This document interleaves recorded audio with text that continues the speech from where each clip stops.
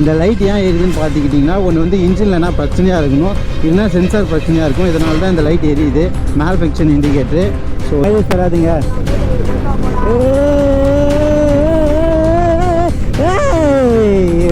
உன் தங்கச்சி 2 பேரும் கஷ்டப்பட்டு இருக்காங்க ப்ரோ, போய் மாட்டி காட்டுங்க ப்ரோ. போடல, பொம்பளை பசங்களுக்கு தான் சுதந்திரம் இல்லை, ஒரு சேஃப்டி இல்லைன்னு நினைச்சேன். ஏன்னா ஆம்பளை பசங்களுக்கு கூட ஒரு சேஃப்டி இல்லாமல் போயிடும் போலீங்க. போகிற பக்கம் பார்த்தா அந்த மாதிரி ஆகும். நேரம் பெண்டு போட்டு திரும்பினா டாட்டா ஏசி ஈன்னு விட்டுருப்போம். ஸ்பீட் பிரேக் இருக்குன்னா நீங்கள் ப்ரோ எங்கே ப்ரோ ஸ்பீட் பிரேக் காணும்? போட வேண்டிய இடத்துல கரெக்டாக ஸ்பீட் பிரேக் போடாமல் இருக்காங்க. இந்த மண்ணில் வலி கடிச்சு தான் போய் நம்ம வர வர வெயில் அதிகமே ஆகிட்டு போயிட்டே இருக்கு. நியூஸை திறந்தாலே வெயில் தாங்க முடியாமல் செத்துட்டாங்க அப்படின்னு தான் நியூஸ் வருது. இதுதான் ரோடு போட்டுட்ருக்காங்க. இதுதான் 8 வழி சாலையில் இங்கே ஒரு சாலை, எங்கள் ஊர் சாலை. ஆக்சுவலாக நான் வண்டி வாங்கிறதுக்கு முன்னாடி இருந்தே இந்த ரோடு போட்டுட்ருக்காங்க. நான் வண்டி வாங்கி 2 வருஷம் ஆயிடுச்சு. அப்படியே மலை சாரல் மாதிரி ஊற்றிட்டுருக்கீங்க. வைக்க போகிறலாம் கொஞ்சம் கொஞ்சமாக கொட்டிகிட்டே போகுது. வீட்டுக்கு போகிறதுக்குள்ள மொத்த வைக்க போகிற காலி ஆயிரும். வாங்கினவங்க கட்டி 50 தானே அப்போ.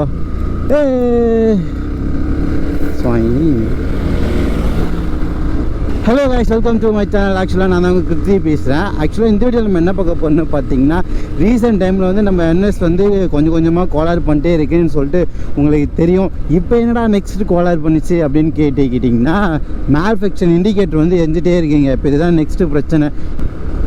இந்த லைட் ஏன் எரியுதுன்னு பார்த்துக்கிட்டிங்கன்னா ஒன்று வந்து இன்ஜின்லனா பிரச்சனையாக இருக்கணும், இல்லைனா சென்சார் பிரச்சனையாக இருக்கும். இதனால தான் இந்த லைட் எரியுது, மால்ஃபங்க்ஷன் இண்டிகேட்டரு.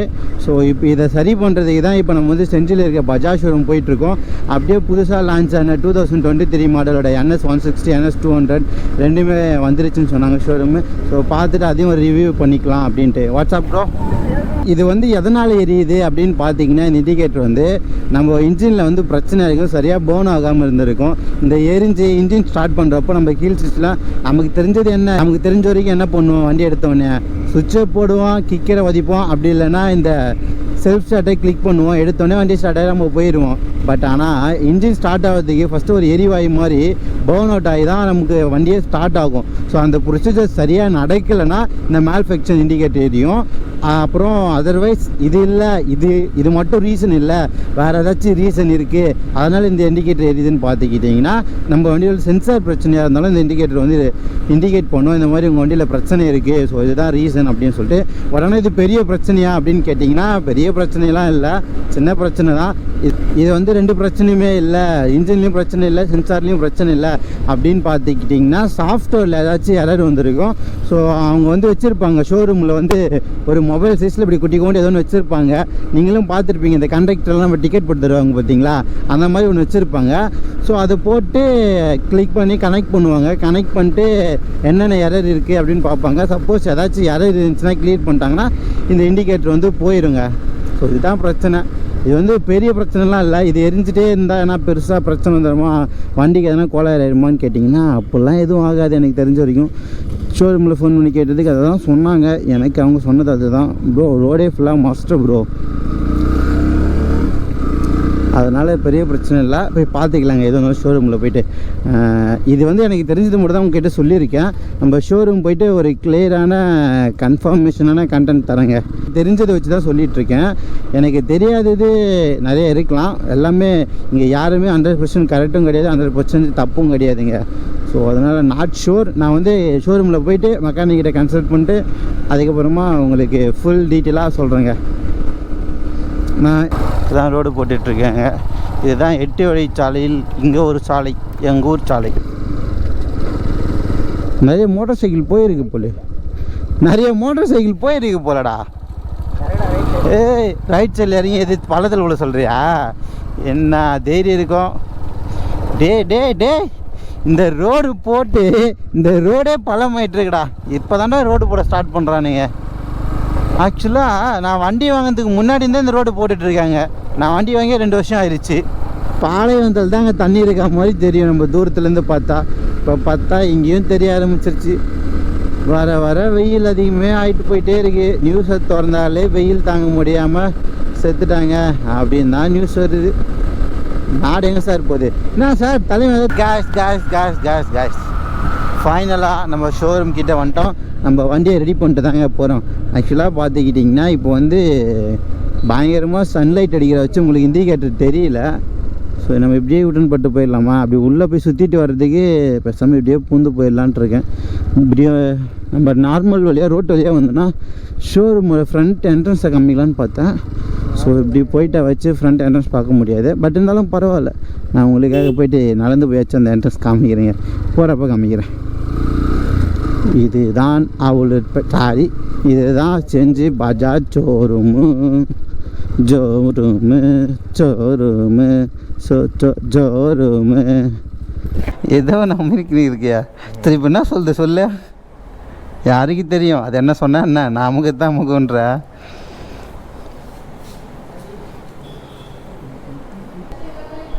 பதில் என்னென்னு பார்த்தீங்கன்னா நீ பே சர்வீஸ் பண்ணல, ஸோ அதனால் உங்களுக்கு வாரண்டி வந்து நான் கிளைம் பண்ண முடியாது அப்படின்றாங்க. வேணால் 2-3 சர்வீஸ் பே சர்வீஸ் பண்ணுங்கள், அதுக்கப்புறம் வேணால் கிளைம் பண்ணிக்கலாம் அப்படின்னாங்க. ஏன்னா பிரச்சனையே போகலாம், இப்போ தான் நான் கிளைம் பண்ண வந்திருக்கேன், 2-3 டைம் காசு கொடுத்து மாற்றிட்டு அதுக்கப்புறம் கிளைம் பண்ணுன்றாங்க. இது எந்த வகையில் நாயும் தெரியல எனக்கு சீரியஸாக.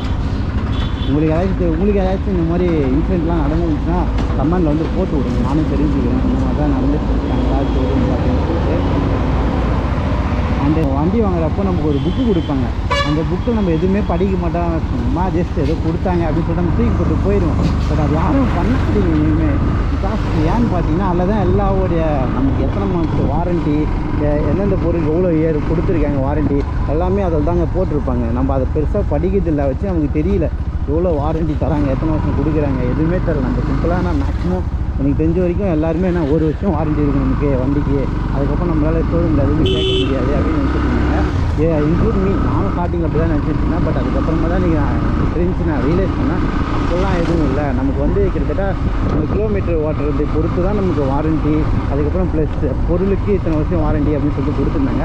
பேட்டரிக்கெலாம் பார்த்தீங்கன்னா 1 இயர் வாரண்ட்டின்னு சொன்னாங்க ஷோரூமில் கேட்டப்போ. ஏன்னா வாங்கின புதுசுலேருந்து போயிடுச்சு. ஸோ அப்போ கம்ப்ளைண்ட் பண்ணி அதுக்கப்புறமா நான் ரீப்ளேஸ்மெண்ட் பண்ணேன் பேட்டரி வந்து. ஸோ இந்த மாதிரி என்ன மாதிரி யாரும் இந்த மாதிரி தெரிஞ்சுக்காமலாம் இருக்காதுங்க. கண்டிப்பாக அந்த புக்கை பார்த்து தெரிஞ்சுக்கோங்க. நம்ம எதுக்கோ டைம் ஸ்பெண்ட் பண்ணுறோம் அப்படின்னு வண்டிக்காக ஒரு 5 நிமிஷம் டைம் பண்ணி என்ன தான் போட்டுருக்கேன். அந்த புக்கை கொஞ்சம் படித்து பார்த்தா நல்லா இருக்குன்னு நினைக்கிறேன். ஏன்னா நான் படித்து பார்த்தப்போ தான் எனக்கே தெரிஞ்சு இவ்வளோ பிரச்சனை இருக்கா அப்படின்ட்டு. இப்போ ஃபைனலாக என்னடா உங்களுக்கு வந்து சர்வீஸ் பண்ணாங்களா இல்லையா அப்படி தானே கேட்குறீங்க. பண்ணீங்க. இப்போ நான் வந்து அந்த கார்பரேட்டரில் இருக்க ஒரு சென்சார் போயிட்டுருந்தாங்க. ஸோ அதனால் இந்த மைலேஜ் ப்ராடக்ட்ஸுமே வந்துட்டுருக்கு. நானும் ஸ்டார்டிங்லேருந்து சொல்லிட்டு இருந்தேன்ல, ஸோ அதனால தான் மைலேஜ் ப்ராடக்ட்ஸுனையும் வருதுன்னு சொல்லிட்டு சொன்னாங்க. சரி மாற்றிடலாம் அப்படின்னு தான் நினச்சேன். பட் காஸ்ட்டு பார்த்தீங்கன்னா 1000 கிட்டே வந்துருச்சு காஸ்ட்டு மட்டும். சர்வீஸ் சார்ஜ் மட்டும் பார்த்தீங்கன்னா 250 இந்த மாதிரி ஏதோ போடுறோம் நாங்கள் சர்வீஸ் சார்ஜ். பட் அது நீங்கள் ஆஃப்டர் மார்க்கெட்டில் வெளில வாங்கி போட்டால் அவ்வளோ ஆகாதேடா அப்படின்னு கேட்கலாம் நீங்கள். பட் ஆனால் நீங்கள் உள்ளே வாங்கி போட்டால் நெக்ஸ்ட் டைம் ஏதாச்சும் பிரச்சனை வந்துச்சுன்னா ஷோரூம்லேயே ரீப்ளேஸ்மெண்ட் பண்ணிக்கலாம், வாரண்ட்டி கிளைம் பண்ணலாம். இது போயிடுச்சு மாற்றிப்பீங்க 1000 ரூபான்னு சொல்லிட்டு வேறு என்ன போயிடுச்சுன்னா அதுக்கு மறுபடியும் காசு போட்டு வெளில தானே மாற்றுவீங்க. அதுக்கு பேசும்போது ஒரு 3 பேர் யூஸ் பண்ணிங்கன்னா உங்கள் ஷோரூம்லேயே உங்களுக்கு ஃப்ரீயாக மாற்றி கொடுப்பாங்களா அப்படின்னாங்க. கேஸ் இதுதான் பார்த்தீங்கன்னா புதுசாக எங்கள் ஊரில் போட்ட பிரிட்ஜு கட்டியிருக்காங்க. பார்க்க பயங்கரமாக தான் இருக்கும். பட் ஆனால் அந்த ரோடு கட்ட எவ்வளோ டைம் எடுத்துனா கிடைக்குமா. ஸோ ஏய் அப்படியே ஒரு வீலிங் காய்ஸ் அப்போ அப்படியே இங்கே ஒரு வீலிங் பண்ணிட்டு ஸ்வைன் தூயின் போனால் நல்லாருக்குன்னு ஆசைப்பட்றேன். பட் ஆனால் என்னால் பண்ண முடியாதுங்க. நான் என்ன பண்ணுறது. என்ன ப்ரோ புது பிரிட்ஜு கீழே வந்தால் நல்லா இருக்கும். வாயாடா இது வாய். நான் அந்த பிரிட்ஜு கட்ட காசு கொடுத்துருங்கண்ணா. ஈர வெங்காயம் டேய் உங்கள் அப்பா மோனே இந்த பிரிட்ஜு கட்ட நான் காசு கொடுத்துருக்கேன்டா. முக்கியமான விஷயம் ஒன்று சொல்லணும்னு நினைக்கிறேன். நம்ம காய் பின்னாடி ரொம்ப அசிங்கப்படுத்துறாங்க. இதுக்காச்சும் யாராவது சப்ஸ்கிரைப் பண்ணிட்டு போயிருங்க.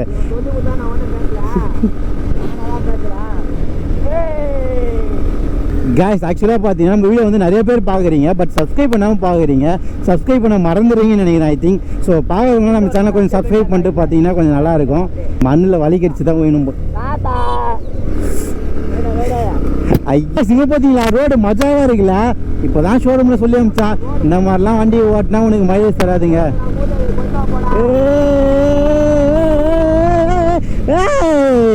ரோடு நல்லா இருக்கே சாய்.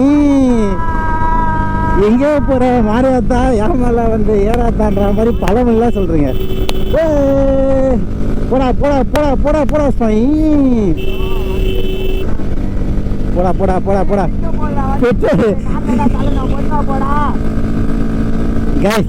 இப்போ ஏன் அவ்வளோ ஸ்பீட் போகுன்னா சீக்கிரமாக பெட்ரோல் கழிச்சுனா பின்னாடி வந்தோம்னா தள்ள விட்டு நான் பாட்டு வண்டி நடந்து போக போகிறேங்க.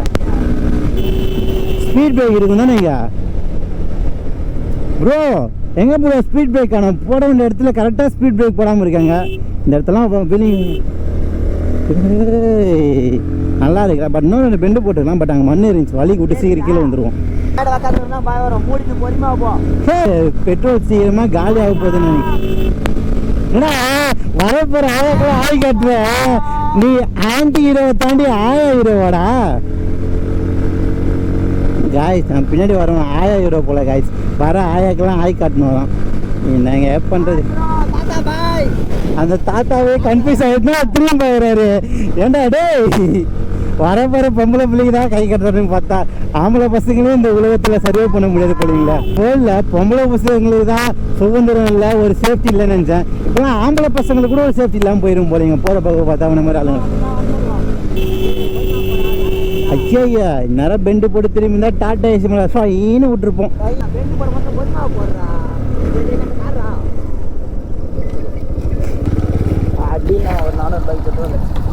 400 ரூபாய்க்கா? 10 பைசா இல்லை ப்ரோ. 400 ரூபாய்க்கு பெட்ரோல் போகிற அளவுக்கு நம்ம ஒத்துல ப்ரோ. போய் உன் தங்கச்சி 2 பேரும் கஷ்டப்பட்டுட்டு இருக்காங்க ப்ரோ. போய் மாட்டி காட்டுங்க ப்ரோ. என்ன ப்ரோ காமிக்க மாட்டிங்களா மாட்டிலாம்? Camera bro. ஆமாம் ப்ரோ. தளபதி ஃபேன்ஸ்லாம் பார்த்தாங்கன்னா கழுவி ஊற்றுவாங்க கமெண்ட் பாக்ஸில் நம்மள.